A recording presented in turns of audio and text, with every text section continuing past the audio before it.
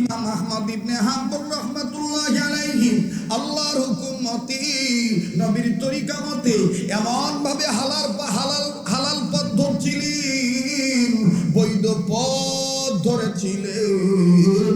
আমার বন্ধুগণ, আল্লাহ নবীর সুন্নতের ইত্তেবা এমন মজবুতির সাথে করেছিলেন বন্ধুগণ, যার কারণে স্বপ্নের মাধ্যমে নবীজি ইমাম আহমদকে বুকে জড়িয়ে ধরেছে।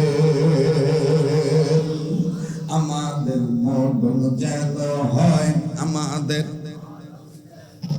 গানতে দেন, কেউ ডিস্টার্ব দিয়ে না, তাড়াহুড়া করতেছি, বোঝেন না? এর বড় যাইতে আরো 2 জায়গায়, বোঝেন নাই? এটা আরো অনেক দূর, খালি এটা মহাব্বতে আইসি আর কি হাজিরা দিতে ছাড়ি না। প্রথম দিয়েছিলাম আসরের পরে, তারপরে মাগরিবের পরে, ঠিক আছে হাজিরা দিয়ে যাই। কষ্ট হইতেছে আপনাদের? এই তো লক্ষ্য করবেন বন্ধু, ইমাম আহমদ ইবনে হাম্বল রাহমাতুল্লাহি আলাইহি এরকম ঠান্ডার মৌসুমে প্রচুর ঠান্ডায় আক্রান্ত হয়ে গেলেন, প্রচুর শীত লাগতেছে। ইমাম আহমদ ইবনে হাম্বল ডাক দিয়ে বলতেছেন, আল্লাহ এত কম্বল এত চাদর আমি গায়ে দিতেছি, এরপরও গরম অনুভব করতে পারতেছি না। মাবুদ, এখন তুমি ছাড়া আমার কোনো উপায় নেই। আল্লাহ, তোমার দরবারে বলি, গোলামি করি তোমার, সাহায্য চাই তোমার।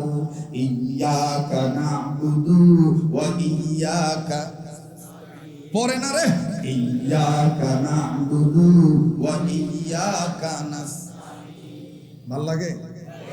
এই ডিস্টার্ব করে করে, এই মুজাহিদরা বল, আরে সুবহানাল্লাহ। ইয়াকা নাবুদু ওয়া ইয়াকা নাস্তাইন, বলেন গোলামি করি কার? সাহায্য চাই কার? পৃথিবীর সব মানুষকে গোলামি করার জন্য বানাইছেন কে? ইয়া আইয়ুহান নাসু উবুদু রাব্বাকুমুল্লাযী খালাকাকুম। পৃথিবীর সব মানুষকে গোলামি করার জন্য বানাইছেন আমার আল্লাহ, যার দ্বারা ওয়াল্লাযীনা লাআল্লাকুম তাত্তাকুন, যার দ্বারা আমি আপনি তাকওয়ার পথ অর্জন করতে পারি, তাকওয়া অবলম্বন করতে পারি। দেখেন ইমাম আহমদ ইবনে হাম্বল ডাক দিয়ে বলতেছেন, আল্লাহ গো, আমি তোমার মাহবুব বান্দা হতে চাই, গোলামি করি তোমার, সাহায্য চাই তোমার। একটু গরম উপশম আমার দরকার, একটু গরম তাপের দরকার। আবার ইমাম আহমদ ইবনে হাম্বল নিজের ঘর থেকে বের হলেন, কেউ কোনো আগুন জ্বালাইছে কিনা দেখতে দেখতে, খুঁজতে আমার বন্ধুগণ ওনার নজরে পড়ে গেল দূরবর্তী স্থানে কে জানি চুলা ধরাইছে। চুলার আগুন এত বড় আগুন, উপরে উঠতেছে আবার নামতেছে। এর দ্বারা ইমাম আহমদ ইবনে হাম্বল বুঝতে পারলেন, এটা মোমবাতির আগুন নয়, এটা কোন মশালের আগুন নয়, এটা চুলার আগুন, বড় আগুন। যাই তো দেখি কে আগুন ধরাইলো। এবার ইমাম আহমদ ইবনে হাম্বল সামনে গেলেন, সামনে যায় দেখতেছেন অন্য কোন নারী নয়, একজন সুন্দর চেহারার অধিকারী একজন যুবক। এই যুবকটা রুটি বিক্রেতা, রুটি বানায়, তাই আগুন ধরাইছে রাত্রিবেলায় আগুন ধরাইছি। ঢাকাবাসী আপনারা দেখবেন, যাত্রাবাড়ি থেকে শুরু করে চিটাগাং রোড, কাশপুর বলেন আর সোনারগাঁ বলেন, যত দূর যাবেন এদিক সেদিক আমার ভাইরা এ পার আর ওই পার, এই সাইডে ওই সাইডে, এই শীত মৌসুমে অনেক মা বোন, অনেক বাপ ভাই সংসারের জীবিকা নির্বাহ করার জন্য মাটির চুলা ধরায়, সীতায় পিঠা ভাবা পিঠা বানায়, তেলের পিঠা বানায়। কথা ব্যবসায়ীদের মা পিলাইছি, আমার বুঝাবাস তুই না। আমাদের বড়রা আমাদেরকে শিখাইছেন, মৌকা কি समझली बात कहो और महल की समझली आहल बनाओ और इंसान की समझली प्यार करो। মৌকা বুঝা কথা কইও, মানু বুঝা ফিরিত করিও, মাহাল বুঝা আহাল বানায়ো। যেখানে রাজনীতি দরকার সেখানে রাজনীতি কইলো, যেখানে পেট নীতির দরকার সেখানে হালাল ভাবে বৈধ বান্দায় পেট নীতি ধারণা কইলো। এরার আগুন বেরাত লাগায়ো, এরার আগুন বেরাত লাগায়ো।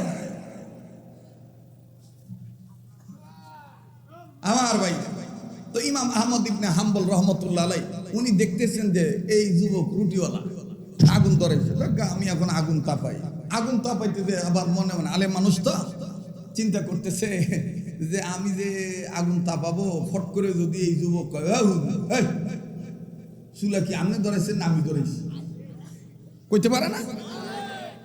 হ্যাঁ, যারা বাদাম আলাতেন আনতা দেই, বাদাম খাও, একটু হিসাব করে খাই।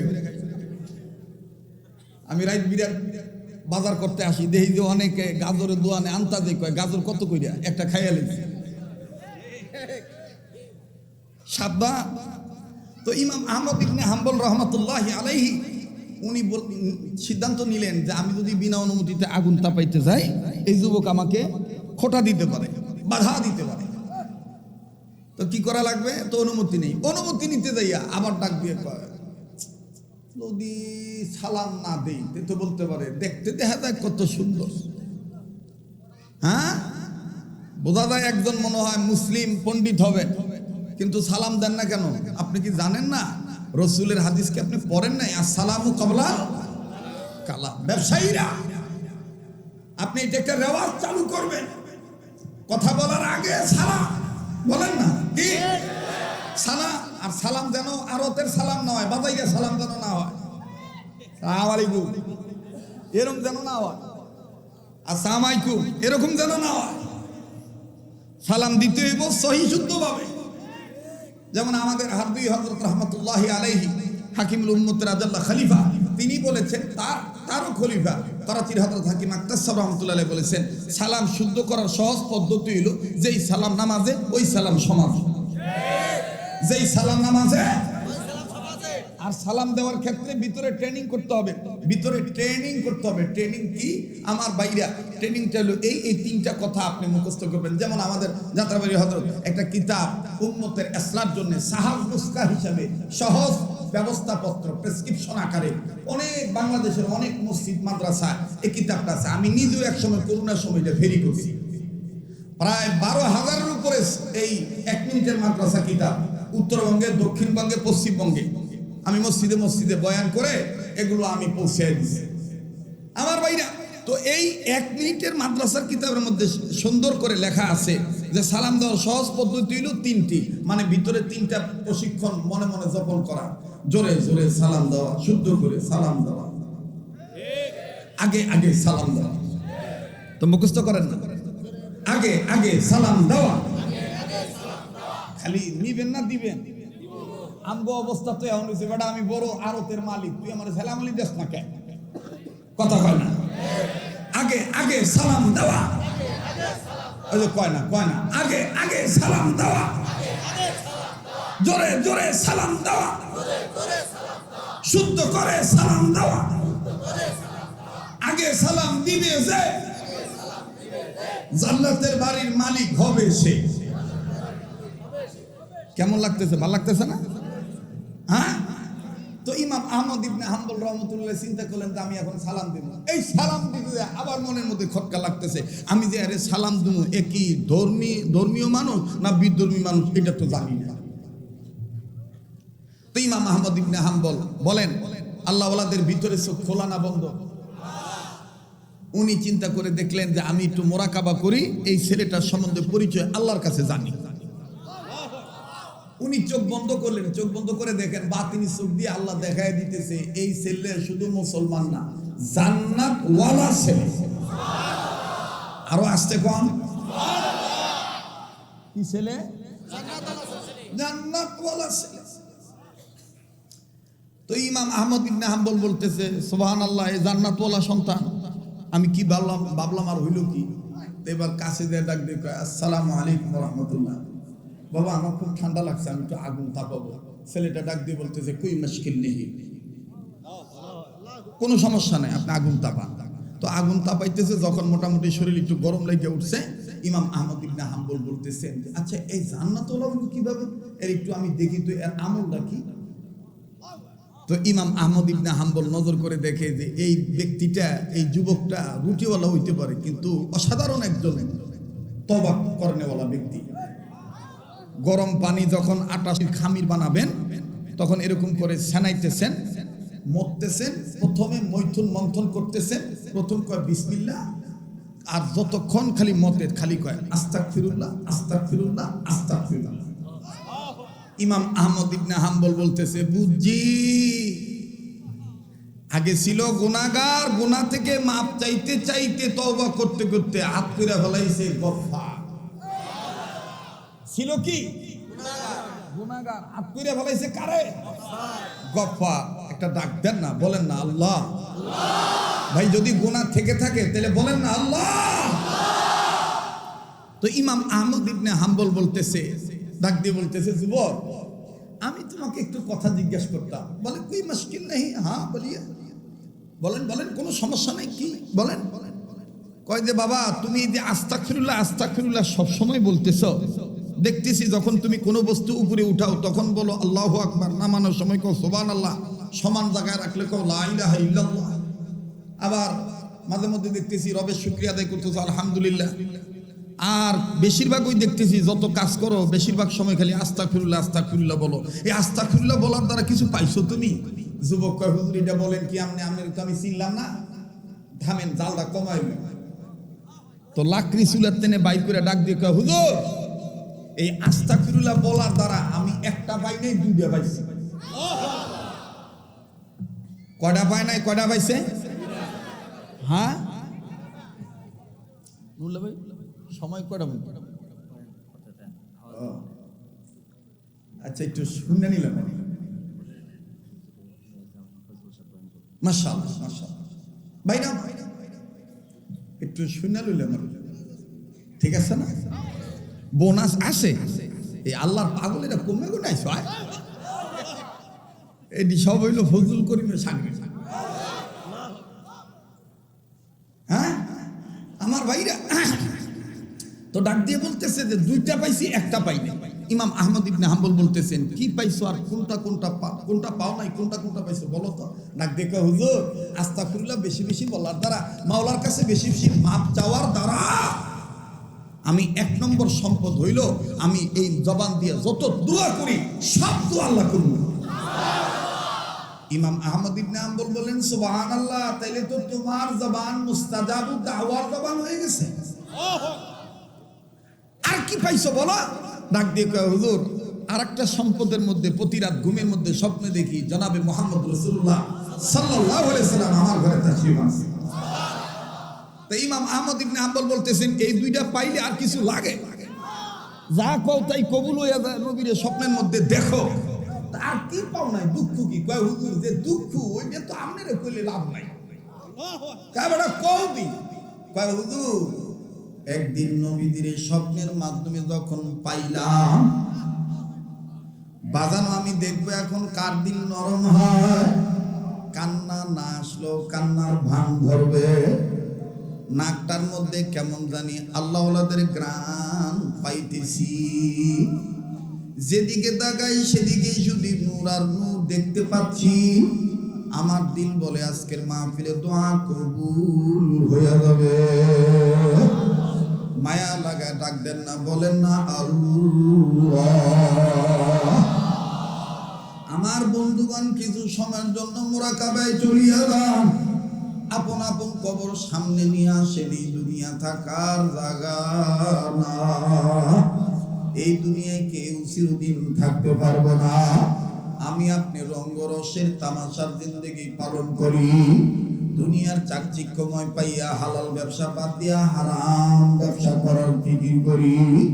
কিন্তু বাজান আকাবিরে দেওবন্দের নমুনা দেখেন, আকাবিরে দেওবন্দের ইতিহাস খুলিয়া দেখবেন বন্ধু। ফকিহুন নাফস রশিদ আহমদ গঙ্গুই রহমাতুল্লাহি আলাইহি, আল্লাহু আকবার, উনি প্রত্যেকটা দিন ঘুমানোর আগে আমার বন্ধুগণ একটা চিঠি লিখতেন আল্লাহর কাছে। ওই চিঠিটা আপন মানুষের নিচে রাইখা ঘুমাইতে। চিঠির ভাষা ছিল এইরকম, মালিক এই যে আমি ঘুমাবো, না জানি এই ঘুম আমার শেষ ঘুম। আমার বন্ধুগণ এই বয়ান আমার আপনার জীবনের শেষ বয়ান হইতে পারে। কার পিছনে জানি মালাকুল মউত দাঁড়ায় রইছে, কার জন্য জানি জঙ্গলার বাঁশ রেডি হয়ে গেছে, কার জন্য জানি কাপড়ে কাপড় তৈরি হয়ে গেছে, কার জন্য জানি কবর মাটি বায়না হয়ে গেছে। আমার বন্ধুগণ আমার ভাইরা আমরা নায়েবে আমিরুল মুজাহিদিনের কম্পাউন্ডার হিসাবে, ওয়ারাসাতুল আম্বিয়াদের কম্পাউন্ডার হিসাবে আপনাদের রোগের কথা জানতেছি। ঔষধ তো দিবেন বড়রা, আমার পরে যাত্রাবাড়ি হযরতের মেয়ের জামাই কথা বলবে। আমার বন্ধুগণ, বড়রা আপনাদেরকে ওষুধ দিয়েই দিবেন। আমি আপনাদের রোগের খবর জানিয়া হালকা একটু প্রসেস করে দিতেছি। এই দুনিয়া কিন্তু থাকার জায়গা না। মুসলমান বন্ধুরা, আজ আমার আপনার কান্না আসতে চায় না। আমি আপনি রবের ভয়ে কাঁদতে পারি না, কিন্তু আমার বন্ধুগণ রশিদ আহমদ গঙ্গি রহমতুল্লাহ জীবনী খুললে পাওয়া যায় আল্লাহর ভয়ে কাঁদতে কাঁদতে কাঁদতে কাঁদতে, কবর আযাবের ভয়ে কাঁদতে কাঁদতে আল্লাহর বান্দার চোখ বন্ধ হয়ে গেল। মুরিদেরা ডাক দিয়ে বলে, হযরত আপনি যেইভাবে কবর আযাবের ভয়ে কাঁদতেছেন, ও হুজুর কাঁদিয়া কাঁদিয়া নিজের চোখ অন্ধ বানাইলে, চোখের জ্যোতি হারায় গেল। আপনি বলেন তো দেখি, কবর আযাব কোনদিন নিজের চোখে দেখছেন নাকি? রশিদ আহমদ গঙ্গি বলে, বাবার এটা বলো কি, না দেখলে কি এমনি কান্দি? বলে, হুজুর কেমনে দেখছেন যদি একটু জানাইতে। ও বাজান প্লিজ খুব খেয়াল করবেন বাবা। রশিদ আহমদ গঙ্গি রহমতুল্লাহি আলাইহি ডাক দিয়ে বলতেছেন, বাবা শোনো, প্রায় কবর জিয়ারত করি, কেননা রাসূল বলেছেন কবর জিয়ারত করা সুন্নাত। কবর জিয়ারত করার মাধ্যমে গুনাহ মাফ হইয়া যায়, মওতের কথা স্মরণ হইয়া যায়, কবরে যাওয়ার সামানা জোগাড় হইয়া যায়। এই জন্য আমি কবর জিয়ারত করি, মাঝে মধ্যে গ্যাপ দিই যেন বেদাত না হয়। একদিন আমি একটা কবরের সামনে দাঁড়াইলাম, দাঁড়াইয়া যখন মাওলার নামের সূরা কেরাত তেলাওয়াত শুরু করলাম, দোয়া যখন করতেছি, চোখ বন্ধ ছিল আমার। হঠাৎ করে যেই কবর জিয়ারত করি, ওই কবর থেকে কেমন জানি একটা গরম বাতাস আমার গায়ে লাগতেছিল। আমি আমার মাওলাকে ডাক দিয়ে বললাম, আল্লাহ এই যে গরম বাতাস, আমার মনে হয় এটা কবর আযাবের গরম বাতাস। এই কবরওয়ালা মনে দুনিয়ায় ভালো না, কবরে ভালো না, তার কবরের হালত মনে ভালো না। আল্লাহ তুমি যদি আমার একটু দেখা দিতা, তাইলে আমি কবর আযাব থেকে বাঁচার জন্য তোমার দরবারে সাহায্য চাইতাম। ও বাজান, যারা বিশ্বাস করেন কবরে যাওয়াই লাগবে, মায়া লাগায় গুনাহ মাফ পাওয়ার জন্য ডাকবেন না, বলেন না আল্লাহ, দেন না দেন না, ডাক দেন না, বলেন না আল্লাহ। কেউ কারো দিকে তাকাইবেন না, কেউ কারো নিয়ে চিন্তা করবেন না, নিজের নিয়ে নিজে চিন্তা করবেন। বন্ধু, মান আরাফা নাফসাহু ফাকাদ আরাফা রাব্বাহু। যে নিজেরে চিনল সে আমার আল্লাহরে চিনল, যে নিজেরে চিনে নাই সে আমার আল্লাহরেও চিনে নাই। আমার বন্ধুগণ, এই যে মাহমুদুল হাসান সাহেব দামাত বরকতুল্লাহ আলিয়া, গত রমজানে সোনার মদিনায় বাজারদের জিজ্ঞাসা করা হয়েছিল, হযরত আমরা দুনিয়ায় হার ওয়াক্ত মৃত্যু পর্যন্ত ভালো হইয়া থাকতে চাই, মৃত্যুর পরও যেন কবরে জিন্দেগি ভালো হইয়া যায়। হযরত আমাদেরকে ছোট্ট আকারে বলছেন, আমি আমার শায়েখের কথাটা তোমাদেরকে বলি, তোমরা শুনিয়া লও। আল্লাহ পাক যে তোমাকে আমাকে দুইটা চোখ দিয়েছে, দুনিয়া আখিরাতে যদি ভালো হইতে চাও, তাহলে আল্লাহর দেওয়া দুইটা চোখ দিয়া, একটা চোখ দিয়া মানুষের গুণ দেখবা, আর এক চোখ দিয়া শুধু নিজের দোষ দেখবা, তাইলে তুমি দুনিয়া আখিরাতে ভালোই থাকবা। এ বন্ধু, আমাদের চোখ হলো দুইটা, একটা চোখ দিয়ে আল্লাহ আমার বন্ধুগণ মানুষের গুণ দেখবা, আর এক চোখ দিয়ে নিজের দোষ দেখবা। আল্লাহ আপনি আমাদের তৌফিক দান করেন, বলেন না আমিন, আবার বলেন না আমিন। রশিদ আহমদ গঙ্গি রহমতুল্লাহ আলাইহি বলেন, মাওলাই পাক যখন আমার বাতিনি চোখ খুলিয়া দিল, আমি এবার কবরের দিকে নজর করিয়া দেখি, কবর বলা ভালো নাই, কবরের ভিতরে খালি সাপ আর সাপ। লোকটাকে এমন ভাবে দংশন করতেছি, এমন ভাবে আঘাত করতেছি,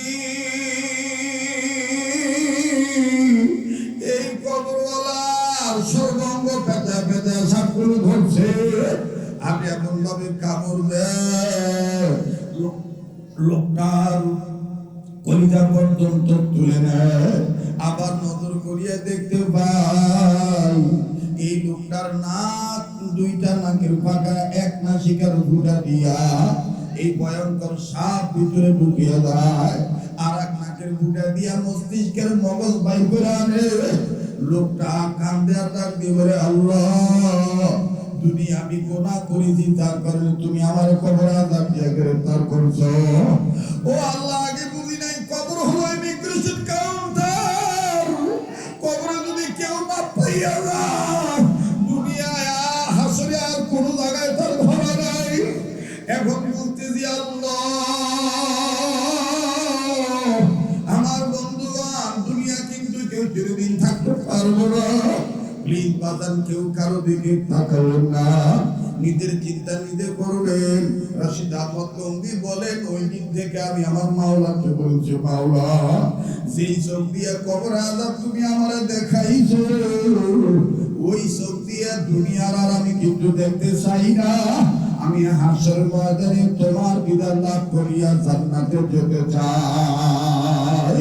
ও আল্লাহ, আমাদেরকে তুমি তৌফিক দাও, বলেন না আমিন। এবার ইমামে আহমদ ইবনে হাম্বল ডাক দিয়ে বলেন, যুবক বলো না কি পাও নাই? যুবক ডাক দিয়ে বললেন, হুজুর শুনেন, আপনার নাম তো আমার জানা নাই। রাসূল সাল্লাল্লাহু আলাইহি সাল্লাম যখন আমি নবীজির হাত ধরলাম, নবীজির হাতটা আমি ছাড়তে চাই না। আমার নবী ডাক দিয়ে বলেন, যুবক তুমি আমার হাতটা ছাড়তে চাও না কেন? আমি যুবক রুটিওয়ালা তখন বলছিলাম, ইয়া রাসূলুল্লাহ তওবাকারীর ঘরে আপনি আছেন, আপনার আমি পাইছি। নবী গো, হাসরের ময়দানে আপনার হাত ধরে আপনার সাথে জান্নাতে যেতে চাই। আমার নবী তখন বললেন, যুবক যদি আমার সাথে হাসরের ময়দানে জান্নাতে যেতে যাও হাত ধরিয়া, তাইলে দুনিয়ার জমিনে যারা আদম থেকে ঈসা পর্যন্ত, আমি মুহাম্মদ পর্যন্ত, যারা আমাদের ওয়ারিস ওয়ারাসাতুল আম্বিয়া হক্কানি আলেমের হাত ধরিয়া। হুজুর আমি তখন নবীকে বললাম, ইয়া রাসূলুল্লাহ একজন এরকম বুজুর্গ আলেমের নাম আপনি বলেন না। হুজুর জানেননি, স্বপ্নের মাধ্যমে আমার নবী আমার হাতটা ধরিয়া বলছে, জামানার মধ্যে যুগ শ্রেষ্ঠ হাদিস বিশারদ আমার ওয়ারিস ওয়ারাসাতুল আম্বিয়া, তার নাম হলো ইমাম আহমদ ইবনে হাম্বল। ওর হাতে হাত রাখিয়া সুন্নাত মোতাবেক জিন্দেগি পার করলেই হাসরের ময়দানে আমি নবীর হাত ধরিয়া জান্নাতে যেতে পারবা।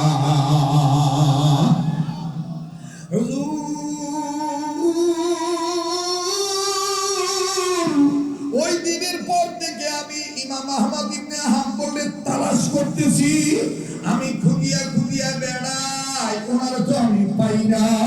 হুজুর এই জন্য আমার মনের মধ্যে দুঃখ হইল, আমি দুইটা জিনিস পাইছি, একটা সম্পদ এখনো পাই নাই, বাকি জীবন আলেমের সোহবতে থাকিয়ে আমি কাটাবো। এই ইমাম আহমদ ইবনে হাম্বল এখনো পাই নাই। একটু খেয়াল করছেন নি বাজান, আগুন তাপাইতেছেন কে? বলেন না, আগুন তাপাইতেছেন কে? ইমাম আহমদ ইবনে হাম্বল। কথা বলতেছেন যুবক যার সাথে, তার নাম কি? ইমাম আহমদ ইবনে হাম্বল। ইমাম আহমদ ইবনে হাম্বল বললেন, যুবক নবীজিকে কি তুমি জিজ্ঞাসা করো নাই? নবীজিকে কি তুমি জিজ্ঞাসা করো নাই? নবীজি ইমাম আহমদ ইবনে হাম্বলকে তালাশ করিয়া পামু কেমনে? যদি পাইয়াই যাই তার সিনার আলামত কি? যুবক বলে, হুজুর আমি কি বসিয়া রইছি?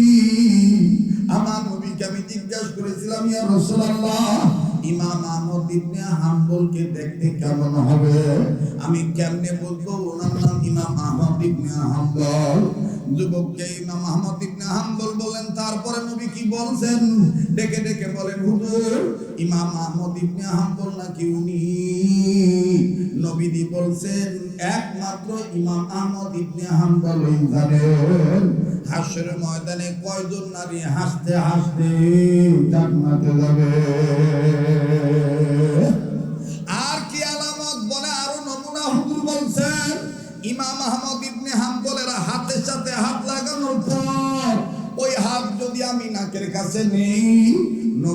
শরীর মোবারক থেকে, নবীজির হাত মোবারক থেকে আমি যেরকম জান্নাতি খুশবু মিশক আম্বরের গ্রাম পাই, ইমাম আহমদ ইবনে হাম্বলের হাত ধরলে নাকি ওই গ্রাম পাওয়া যাবে। আল্লাহু আকবার। ইমাম আহমদ ইবনে হাম্বল ডাক দিয়া বলেন, আল্লাহ, এখন আর যুবকের সামনে কোনো কথা বলে না, নিজে নিজে কান্দে আর ডাক দিয়ে বলে, আল্লাহ,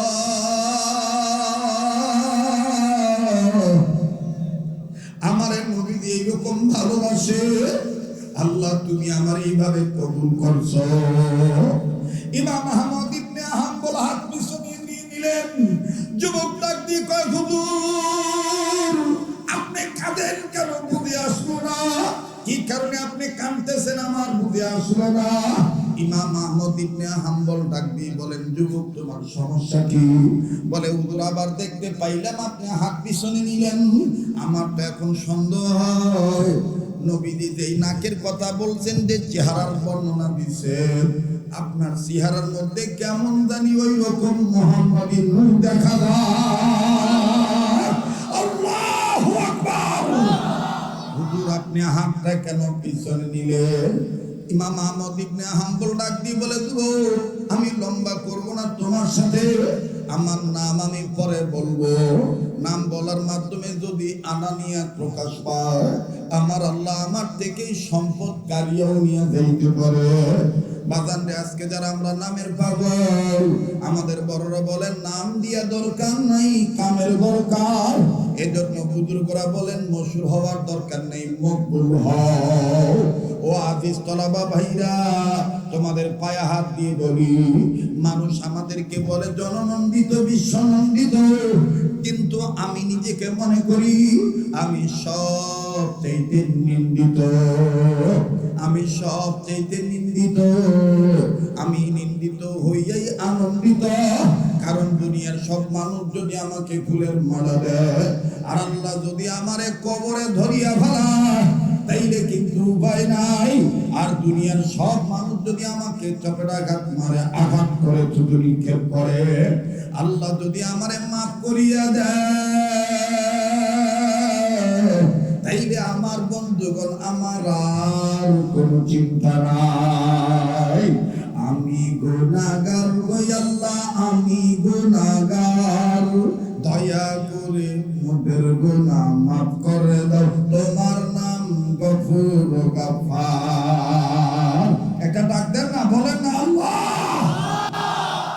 ইমাম আহমদ ইবনে হাম্বল ডাক দিয়ে বলতেছেন, শোনো শোনো, 5টা নারী জান্নাতে যাবে হাসতে হাসতে। নাম্বার 1 মা খাদিজা, নাম্বার 2 ফাতেমা জোহরা, নাম্বার 3 আম্মা জান আয়েশা, নাম্বার 4 আইয়ুব নবীর বিবি রহিমা, নাম্বার 5 ফেরাউনের স্ত্রী আসিয়া। যুবক ডাক দিয়ে কয়, হুজুর আর বলতে হবে না, আপনি যেইভাবে বললেন এইভাবেই নবী বলে গেছেন। হুজুর আপনি ইমাম আহমদ ইবনে হাম্বল, যখনই বলে আপনি ইমাম আহমদ ইবনে হাম্বল, ইমাম আহমদ ইবনে হাম্বল খালি পিছনে যায়, হাতটা পিছনে নিয়ে রাখে। এবার ইমাম আহমদ ইবনে হাম্বলের এই পিছনে যাওয়া দেখা আমার বন্ধুগণ যুবক চুলার জাল কমাইয়া পিছন দিক দিয়ে আসিয়া আমার বন্ধুগণ হুজুরের 2টা হাত ধরে ধরছে, হাতের এরকম করে ধরিয়া আস্তে করে সামনে দেয়, হুজুরের পাও 2টা ধরে ধরছে, জড়ায় ধরিয়া আমার বন্ধুগণ নাক দিয়া শরীর থেকে গ্রাম গ্রহণ করিয়া দেখে, আল্লাহু আকবার, আল্লাহু আকবার, ইনার গায়ে তো দেখি নবীজির গ্রাম পাওয়া যায়। আল্লাহু আকবার। এটাই বাজান আল্লাহ পাক বলেছেন, ওয়ামা আতাকুমুর রাসূলু ফাখুযুহু ওয়া মা নাহাকুম আনহু ফান্তাহু।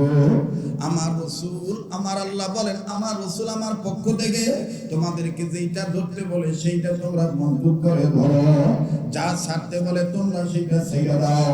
আর নবী বলেছেন, আল মারউ মা মান আহাব্বা, যার সাথে যার মহব্বত তার সাথে তার কিয়ামত।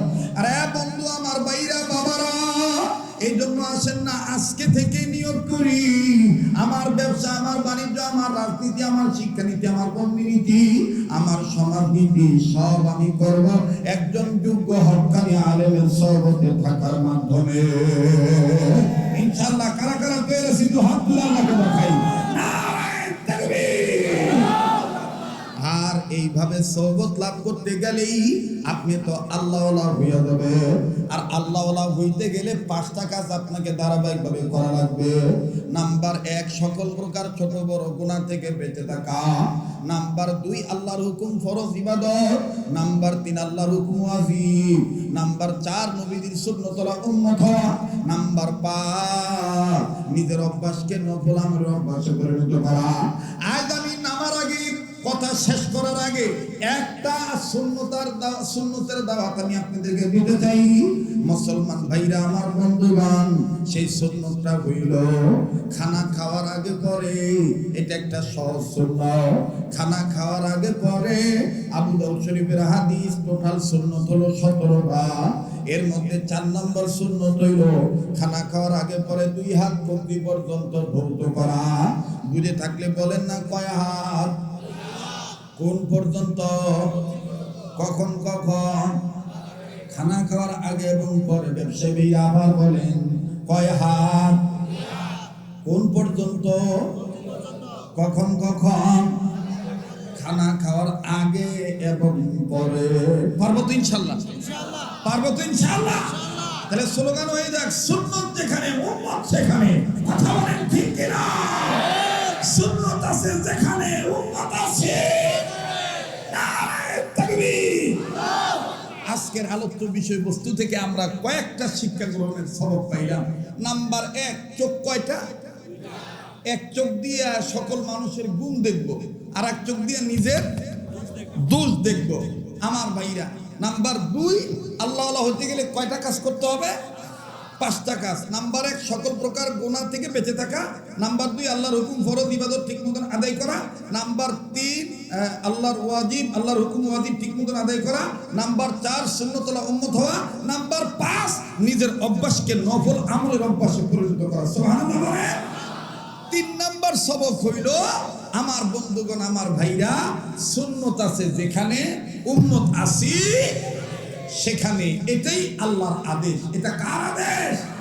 তোমরা যদি আমাকে পেতে চাও, আমার নবীর ইত্তেবা করো, আমার নবীর অনুসরণ করো। মাহতারাম হাজিরিন, আজকে যদি আমরা রান্নাঘর থেকে শুরু করে বঙ্গভবন পর্যন্ত, জন্ম থেকে শুরু করে কবর পর্যন্ত সকল ক্ষেত্রে নবী আলাইহিস সালামের সুন্নতকে যদি আমরা মানি, পয়গম্বর হাবিবের কিবরিয়ার সুন্নতের উম্মত যদি আমরা হতে পারি, কোরআন কসম, আমার বাংলাদেশে টেকনাফ থেকে তেতুলিয়া, রূপসা থেকে পাটুরিয়া, সুন্দরবন থেকে বান্দরবান, চট্টগ্রাম টু কুড়িগ্রাম, রংপুর টু আমার বন্ধুগণ দিনাজপুর, কোন জায়গা, কোন এলাকা নবীর বিরোধীরা, কাদিয়ানীরা, সাদিয়ানীরা, উলামা বিদ্বেষীরা, ইসলাম বিরোধীরা, হক্কানি পীর মাশায়েখ বিরোধীরা কখনোই ডানা মেলে উড়ে বেড়ানোর সাহস পাবে না।